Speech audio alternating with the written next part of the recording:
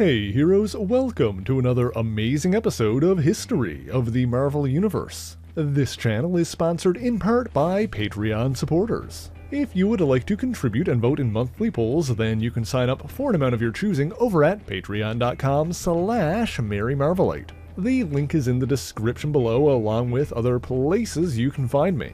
Well, this week we're not technically looking at the Marvel Universe specifically, but rather exploring some tales within the larger multiverse. Worlds where something changed and the story diverged. Universes where we can answer the question, what if?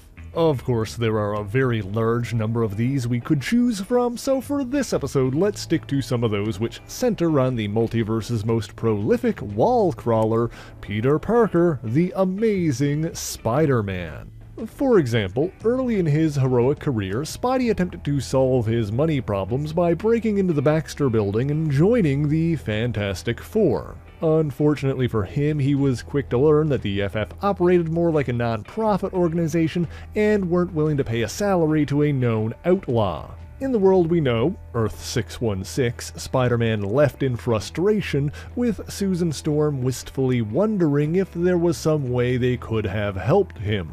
However, in another universe, her plea for him to come back was a bit louder, and Peter was more willing to listen. On this world, they ultimately came to an agreement, and Spider-Man reluctantly revealed his secret identity to the Fantastic Foursome. He remained masked in his public persona, but Spider-Man became the latest member of the newly rechristened Fantastic Five. The FF held a press conference to announce this change, much to the frustration of noted Spider-Man detractor J. Jonah Jameson.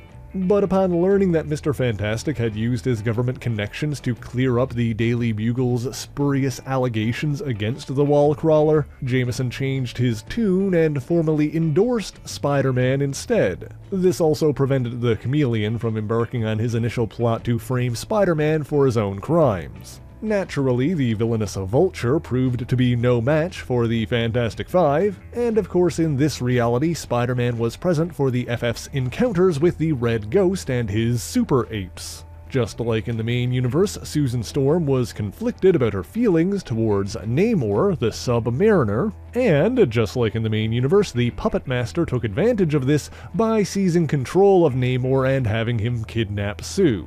But whereas Alicia Masters joined the FF on this adventure in the main reality, in this other world it was, of course, Spider-Man instead. While the battle between the Sub-Mariner and the FF played out similarly, the addition of Spider-Man made their victory that much easier in this reality. As a result, Sue decided that the Fantastic Five no longer needed her, and elected to stay with the Sub-Mariner. Using a machine that he had hidden for just such an occasion, Namor converted Susan into a water-breathing Atlantean, allowing her to stay with him under the sea. Spider-Man couldn't help but feel somewhat responsible and wondered what would have happened if he wasn't there. Johnny Storm, however, comforted him, musing that things probably would have worked out that way whether he'd joined the FF or not. Now, time did roll on in that reality, with Susan marrying Namor and becoming pregnant with his child. As a member of the Fantastic Four, Spider-Man helped take down foes like the Mad Thinker, Dr. Doom, and the Super Skrull. However, Reed had grown increasingly irritable since Sue's departure, and Spider-Man often acted independently rather than as part of a team. The resulting disagreements between them eventually prompted Spider-Man to leave the group. Sue did indeed give birth to Namor's son, who was named after his father, Leonard Mackenzie. Although, funnily enough, things apparently worked out so that the status quo of this reality more closely mirrored the main timeline anyway. At some point, Sue left Namor and, after being converted back into an air-breathing human, returned to Reed Richards. Spider-Man also came back, and thus the Fantastic Five were officially reunited. Much like the main universe, Susan became pregnant with Reed's child, only to be endangered by the same cosmic energy that gave them their powers. And so in this reality, Spider-Man was with the FF when they ventured into the negative zone to collect the antimatter particles necessary for Sue's treatment. They clashed with Annihilus and Dr. Doom, but were ultimately successful, and Franklin Richards was born happy and healthy. Unfortunately, the Spider-Man of this reality later fell victim to the multiversal spider hunter known as Karn. He was an outcast from the vampiric family known as the Inheritors, the most famous member of which being Morlun, but that's another story entirely. For now, let's look at some timelines where someone other than Peter Parker was bitten by a radioactive spider. I'm sure most of you are at least passingly familiar with Spider-Man's origin in the main timeline, and if not, I do have a video about that on the channel already. In short, while attending a public science exhibit, the timid teenager Peter Parker was bitten by a radioactive spider which endowed him with amazing arachnid-like abilities. But what if his high school bully, Flash Thompson, followed him there and was the one bitten instead? In that timeline, ever the curious student, Peter decided to scoop up the dead spider and bring it home for study. On Earth 616, a freshly bitten Peter was nearly hit by a passing car after leaving the experiment, but leapt out of the way. In this other reality, Flash Thompson shoved the car aside with his newly increased strength. Wishing to test his power, Flash accepted a public challenge from the professional wrestler Crusher Hogan. When Peter did this in the reality we know, he wore a mask and used his various powers to humble Hogan in a bombastic manner. In this other world, Flash Thompson went in unmasked and attempted to use his superhuman strength a bit more directly. However, he soon realized that he was even stronger than he thought when he accidentally snapped his opponent's neck. The police arrived on the scene, but Flash refused to be arrested and escaped out of the window. Realizing his other arachnid abilities, Thompson wished to make up for killing Hogan, but knew that he would be wanted for manslaughter. Using a modified outfit he'd lifted from a costume shop, Flash Thompson dubbed himself Captain Spider and began his war on crime. With his incredible strength, he easily defeated the likes of the Chameleon and the Tinkerer. However, his luck swiftly turned bad when he came face to face with the villainous Vulture. You see, in the main reality, Peter was able to use his scientific genius to create amazing wrist-mounted web shooters.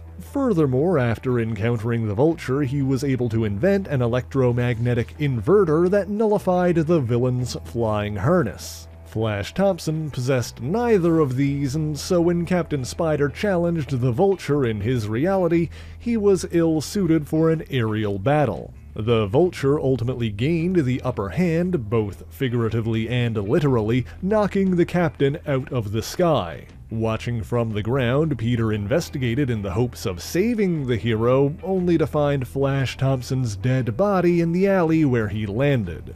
Alright, that's the end of that one, but let's jump back to the day of the science exhibit and look at another potential branching path in the timeline. This time, J. Jonah Jameson attended the demonstration, bringing along with him his secretary, Betty Brant. As a result, in this reality, it was Betty who was bitten by a radioactive spider.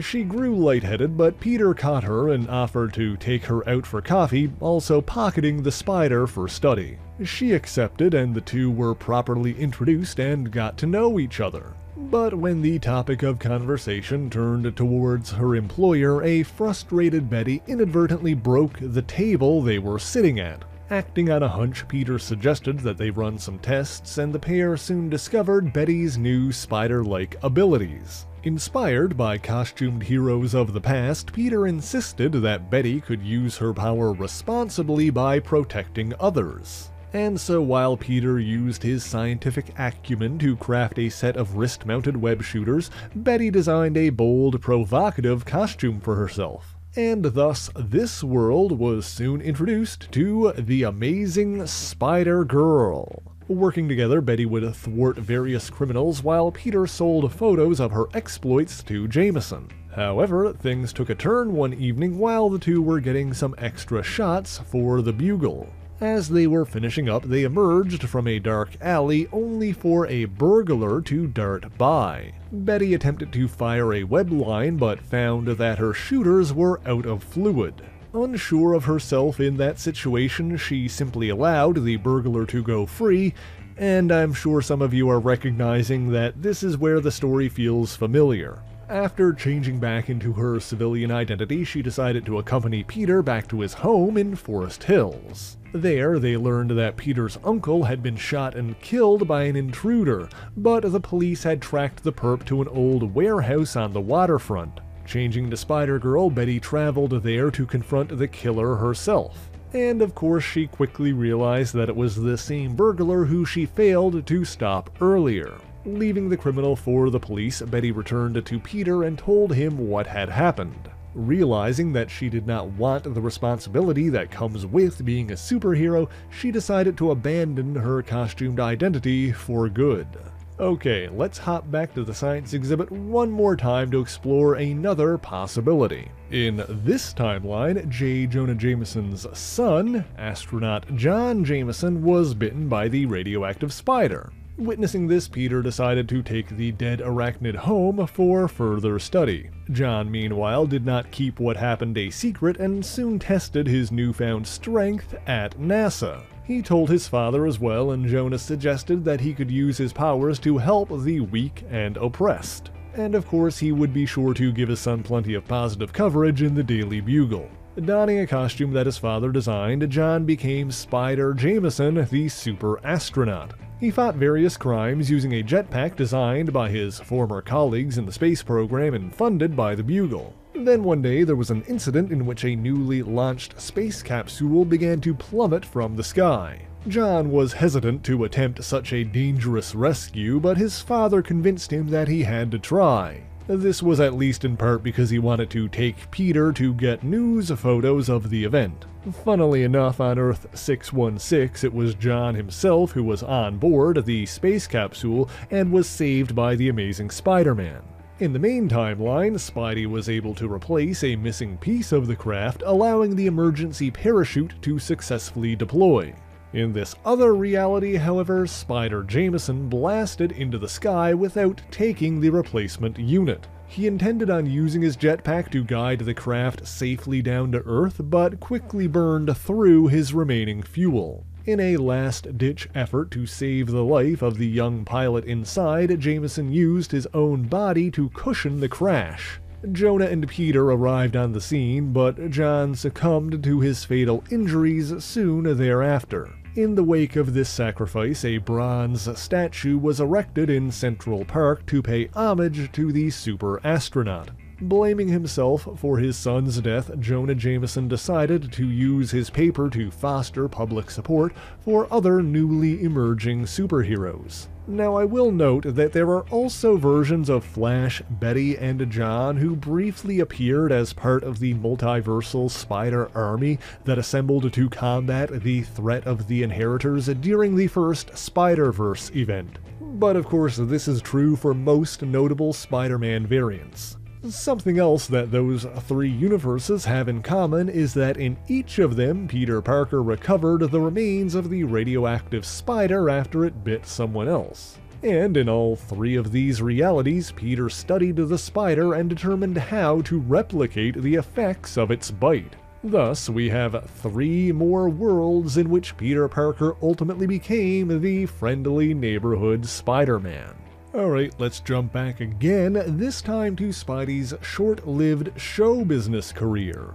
It was during this period that, in the main timeline, Peter allowed a burglar to run past him, ultimately resulting in the death of his Uncle Ben and the lesson that with great power there must also come great responsibility. But what if, instead of letting him go, Peter intervened and stopped the criminal, albeit for the sake of publicity? In this world, Peter's TV appearances continued, and he even negotiated the production of a feature-length movie. Since he never became a vigilante crime fighter, he was less protective of his identity and revealed his powers to his Aunt May and Uncle Ben. However, they were disappointed that he was neglecting his studies and using his new power for personal gain, driving a wedge between them. Leaving his family home, he moved to Hollywood to further his career, but returned to New York for the gala premiere of the Spider-Man movie. One might think he would be less of a target for J. Jonah Jameson in this reality, but circumstances would soon put them at odds. Jonah had already become more resentful after the death of his son, as in this reality nobody was there to save John when the launch of his space capsule failed. With little respect for costumed blowhards, he tasked reporter Ned Leeds with exposing the masked performer's true identity. Not long after that, the front page of the Daily Bugle proudly touted Peter's name, ruining his own plans to reveal his identity in the next movie. Wanting to scare the publisher, Peter stormed into Jonah's office alongside what appeared to be armed henchmen. Peter played it off as a publicity stunt by presenting Jonah with an award for investigative reporting, but the real message was delivered as intended. Much like the mainline reality, Peter broke into the Fantastic Four's headquarters atop the Baxter Building. In this timeline, however, it was not to join them, but to offer his services as a licensing and promotion agent. He made similar agreements with other superhero groups like the Avengers and the X-Men to improve their public approval. With the money he was bringing in, he also bought a comic book company and had them publish 2 monthly Spider-Man titles, Amazing and Spectacular. And soon after that, a new hero made his debut in New York, the masked vigilante Daredevil. It didn't take long for Peter to approach him with a similar offer to help with publicity. Daredevil ultimately agreed, although he objected to some of the proposed changes to his costume. However, Daredevil's continued vigilante activities gave Jameson more ammunition with which to attack Peter. Seeking to discredit the Bugle, Peter did an investigation of his own, leading him to the criminal racketeer known as the Big Man. With the Big Man exposed, as noted Bugle reporter Frederick Foswell, Jonah was caught in the ensuing scandal and forced to resign. After that, Peter and Daredevil returned to the West Coast for the filming of Spider-Man vs. the Monster That Ate Los Angeles. A supposed accident on set nearly caused Peter to fall to his doom, but he was saved by his fearless friend. However, Daredevil suspected that the incident was not as accidental as it seemed, as a hit had been put out on Peter. This was further evidence when Kraven the Hunter infiltrated a group of martial artists that Peter was training with and poisoned him. Peter survived and recovered from this attack, ultimately believing Daredevil's claims that someone was out to get him. Days later, he called a meeting of his writing staff to rework the script of his latest film so that it co-starred Daredevil. However, the two soon fell into a trap as the writers had been replaced by a sinister sextet of supervillains. Daredevil attempted to hold off these foes alone, but was nearly beaten to death as a result. Acting in time to save his client's life, Peter leapt into the fray as Spider-Man and ultimately defeated his attackers.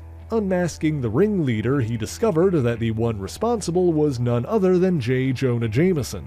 After losing both his son and his newspaper, Jameson used Foswell's resources to strike at the only person he could think to blame.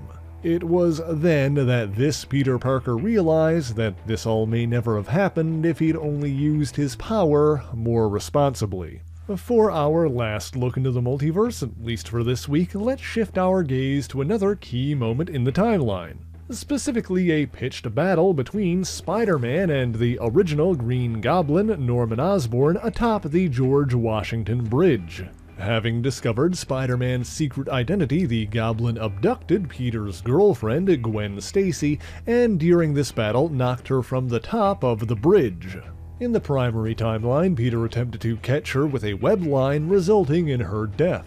In another reality, however, he leapt down after her in an attempt to catch her in his arms. While he did reach her, he failed to swing back up and both plummeted into the water below. The Green Goblin assumed that both had perished and flew off, declaring his victory. However, not only did Peter survive, but he used his body to cushion Gwen's fall as well. Pulling her out of the water, he removed his mask and used CPR to revive her. Of course, this meant that upon awakening, she also learned his secret identity. She was understandably shocked as she had blamed Spider-Man for the death of her father, but listened while Peter explained everything. She ultimately accepted that Peter was only doing what he thought was right, and even agreed to marry him. But first he would have to defeat the Green Goblin, who was still on the loose. After another encounter with Spider-Man, Osborn returned to his townhouse and revealed his own dual identity to his son, Harry. He also told him Peter's secret, and Spider-Man tracked them there shortly thereafter. In the ensuing conflict, Osborn intended on setting off an explosion that would destroy the townhouse and everyone inside. However, seeing his son stand up to Spider-Man awakened Norman's softer personality. Hoping that this would be the end of the Goblin, Peter allowed him to stay with Harry and left. Time rolled on, and eventually there came the wedding of Peter Parker and Gwen Stacy, with Flash Thompson serving as Peter's best man. It was a happy occasion and a beautiful ceremony as Peter and Gwen became husband and wife. However, that happiness was short-lived as J. Jonah Jameson arrived on the scene with a squad of police officers. It seems that letting Osborn go had come back to haunt him, as the Goblin had sent proof of Spider-Man's identity directly to Jameson. The shock of this sudden revelation overwhelmed Aunt May, and she quickly fainted. Despite Flash Thompson's pleas for him to surrender, Peter refused to give himself up and escaped out the window. The way Jonah had handled all this drove a wedge between him and his old friend, Robbie Robertson, who left the Bugle because of it. Robbie promised Gwen that he would help her, May, and Peter in any way he could. Before long, the authorities had swarmed Peter's apartment, preventing him from obtaining his costume or equipment. And so this Peter Parker disappeared into the night, hoping that he would not have to become the very menace that Jonah purported him to be just to survive. Wait, is that the end of that one? Huh. I feel like that was just getting interesting. Wonder whatever happened to that Spider-Man. Hope people aren't mad that the video just kind of ends here. I mean, it's my birthday this week, so I don't exactly want to work overtime just to replace this one with a different story. I hope everyone will still like and subscribe. Maybe even share the video on social media. It'd be really great if they supported me on Patreon. Then they could vote on better topics for me to cover, and it only costs $1 a month. Anyway, that is indeed all I've got for you this week, so thank you guys once again so much for watching, and until next time, true believers, Excelsior!